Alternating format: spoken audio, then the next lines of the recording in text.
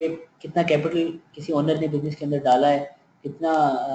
निकाला है बिजनेस के अंदर से। तो इस तरह से फाइनेंशियल स्टेटमेंट्स जो हैं ये किसी एक अकाउंटिंग पीरियड की अकाउंटिंग परफॉर्मेंस, फाइनेंशियल परफॉर्मेंस और फाइनेंशियल पोजीशन रिफ्लेक्ट कर रही होती है।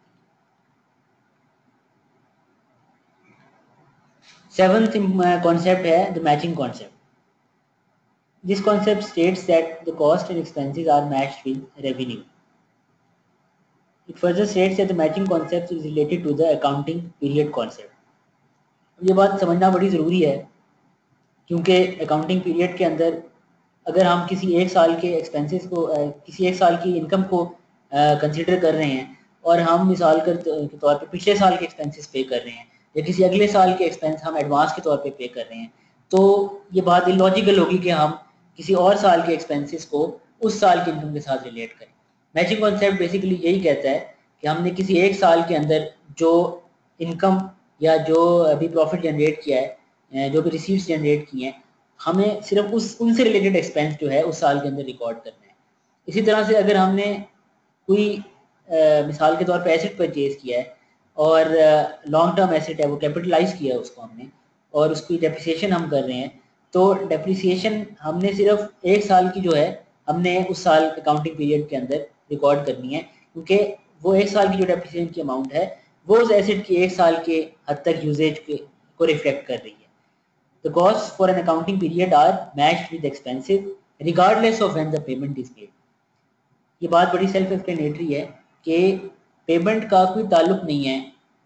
Recording of entry in the financial statement के साथ,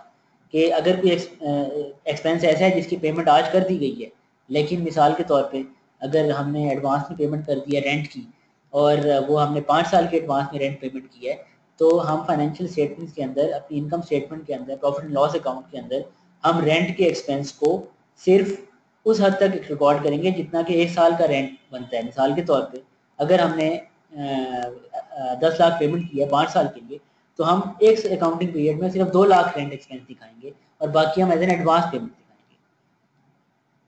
इसके की फीचर्स हैं accrued expenses and pre payments. Accrued expenses वो एक्सपेंसेस हैं जो कि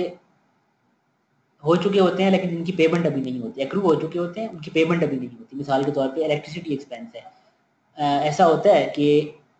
दिसंबर आ गया या जून आ गया, अकाउंटिंग पीरियड साल ख़त्म हो गया और बिजली का बिल आपके पास बाद में आया, बिजनेस ने अभी बिजली का एक्सपेंस अभी पे नहीं किया, लेकिन 30 जून तक या 31 दिसंबर तक जब भी उसका अकाउंटिंग पीरियड ख़त्म हो रहा है और उसके बाद उसने अपनी फाइनेंशियल स्टेटमेंट्स अगर प्रिपेयर करनी है, तो ये बड़ी असूली बात है कि वो बिजली का बिल या बिजली का एक्सपेंस जो इनकर हुआ है वो उसी साल उसी अकाउंटिंग पीरियड के अंदर रिकॉर्ड होना चाहिए, क्योंकि वो उस साल की रेवेन्यू जनरेशन और उस साल की इनकम के साथ रिलेट करता है। इस वजह से ऑल्दो की पेमेंट उसकी बेशक जुलाई में हो रही है या अगले किसी 2-3 महीने बाद हो रही है, लेकिन that will be an accrued expense, accrued electricity expense आप उसे कह सकते हैं, और वो मैचिंग कॉन्सेप्ट के तहत उसी अकाउंटिंग पीरियड के अंदर रिकॉर्ड होगा इसमें उसको इनकर किया गया। इसी तरह प्री पेमेंट्स, जैसे मैंने पहले भी एग्जांपल दी, इंश्योरेंस की पेमेंट हो सकती है, इंश्योरेंस की पेमेंट आप अगले 10 साल के लिए दे सकते हैं, अगले 5 साल के लिए दे सकते हैं, तो वो इंश्योरेंस एक्सपेंस वो पूरी पेमेंट इंश्योरेंस एक्सपेंस के तौर पे ट्रीट नहीं की जाएगी, उसमें से सिर्फ उतनी इंश्योरेंस एक्सपेंस के तौर पर प्रॉफिट एंड लॉस अकाउंट में ट्रीट की जाएगी जितनी सिर्फ उस साल की हद तक पोर्शन बनता है। बाकी अमाउंट को as a prepayment treat किया जाएगा और एज एन एसेट दिखाया जाएगा बैलेंस शीट।